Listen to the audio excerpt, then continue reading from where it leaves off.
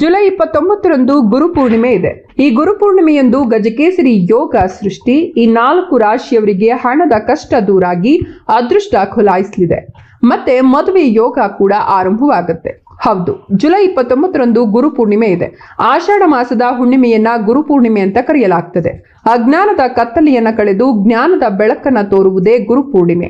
ಈ ಶುಭ ದಿನ ಜ್ಯೋತಿಷ್ಯದಲ್ಲೂ ವಿಶೇಷವಾಗಿದೆ.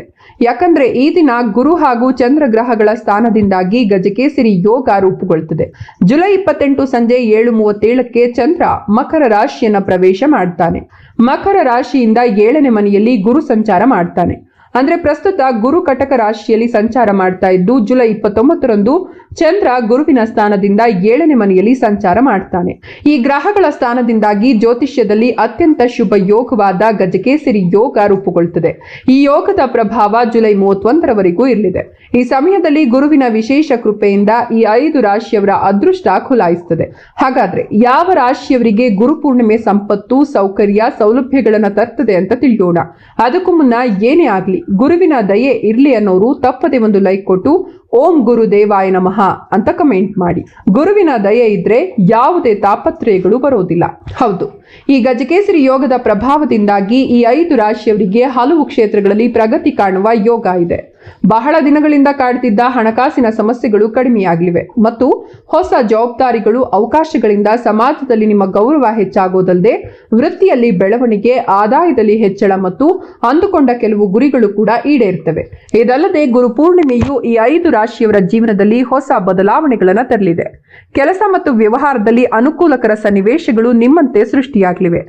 ಬಹಳ ದಿನಗಳಿಂದ ಬರಬೇಕಿದ್ದ ಹಣ ಹಂತ ಹಂತವಾಗಿ ನಿಮ್ಮ ಕೈ ಸೇರಲಿದೆ. ಹೊಸ ಹೂಡಿಕೆ ಮತ್ತು ವ್ಯಾಪಾರ ವಿಸ್ತರಣೆಗೆ ಇದು ಸೂಕ್ತ ಸಮಯ. ಈ ಗಜಕೇಸರಿ ಯೋಗವು ನಿಮ್ಮ ಪಾಲಿಗೆ ಅನೇಕ ಉತ್ತಮ ಬದಲಾವಣೆಗಳನ್ನು ತರಲಿದೆ. ಬಹಳ ದಿನಗಳಿಂದ ಬಾಕಿ ಉಳಿದಿದ್ದ ಕೆಲಸಗಳು ಯಶಸ್ವಿಯಾಗಿ ಪೂರ್ಣಗೊಳ್ತವೆ.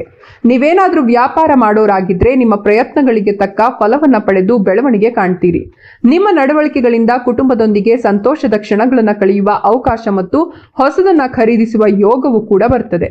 ಈ ಸಮಯದಲ್ಲಿ ಆರೋಗ್ಯ ಮತ್ತು ಮನಸ್ಸಿನ ತೃಪ್ತಿ ಹೆಚ್ಚಾಗ್ತದೆ. ಹೌದು, ಈ 5 ರಾಶಿಯವರಿಗೆ ಗುರುಪೂರ್ಣಿಮೆಯು ಅದೃಷ್ಟದ ಸಮಯವಾಗಲಿದೆ. ಮನೆ, ವಾಹನದಂತಹ ದೊಡ್ಡ ಕನಸುಗಳು ನನಸಾಗುವ ಸನ್ನಿವೇಶ ಸೃಷ್ಟಿಯಾಗಲಿದೆ. ಗುರುಪೂರ್ಣಿಮೆ ಮುಗಿದ ನಂತರ ಆರ್ಥಿಕ ಸ್ಥಿತಿ ಗಣನೀಯವಾಗಿ ಸುಧಾರಿಸ್ತಾ ಹೋಗ್ತದೆ. ಹೊಸ ವ್ಯಾಪಾರವನ್ನ ಪ್ರಾರಂಭಿಸಲು ಯೋಚಿಸ್ತಿರೋರು ಜುಲೈ 29ರ ನಂತರ ಮಾಡುವ ಪ್ರಯತ್ನಗಳಲ್ಲಿ ಉತ್ತಮ ಫಲಿತಾಂಶವನ್ನ ಪಡಿತೀರಿ. ಇನ್ನು ಪಿತ್ರಾರ್ಜಿತ ಆಸ್ತಿಗೆ ಸಂಬಂಧಿಸಿದ ಸಮಸ್ಯೆಗಳು ಬಗೆಹರಿಯುವ ಸಾಧ್ಯತೆ ಕೂಡ ಇದೆ. ವಿದ್ಯಾರ್ಥಿಗಳು ಶಿಕ್ಷಣದಲ್ಲಿ ಉತ್ತಮ ಸಾಧನೆ ಮಾಡೋದಕ್ಕೆ ಒಳ್ಳೆಯ ಅವಕಾಶಗಳು ಸಿಗಲಿವೆ. ಉದ್ಯೋಗಾಕಾಂಕ್ಷಿಗಳಿಗೆ ತಮ್ಮ ಪ್ರಯತ್ನಗಳಿಂದ ಹೊಸ ಅವಕಾಶಗಳು ಸಿಗ್ತವೆ.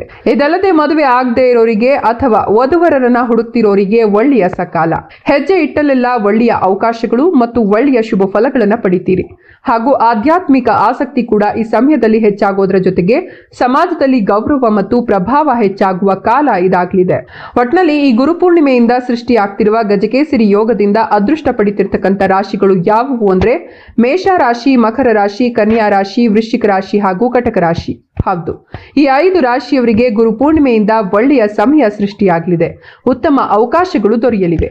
ಧನ್ಯವಾದಗಳು.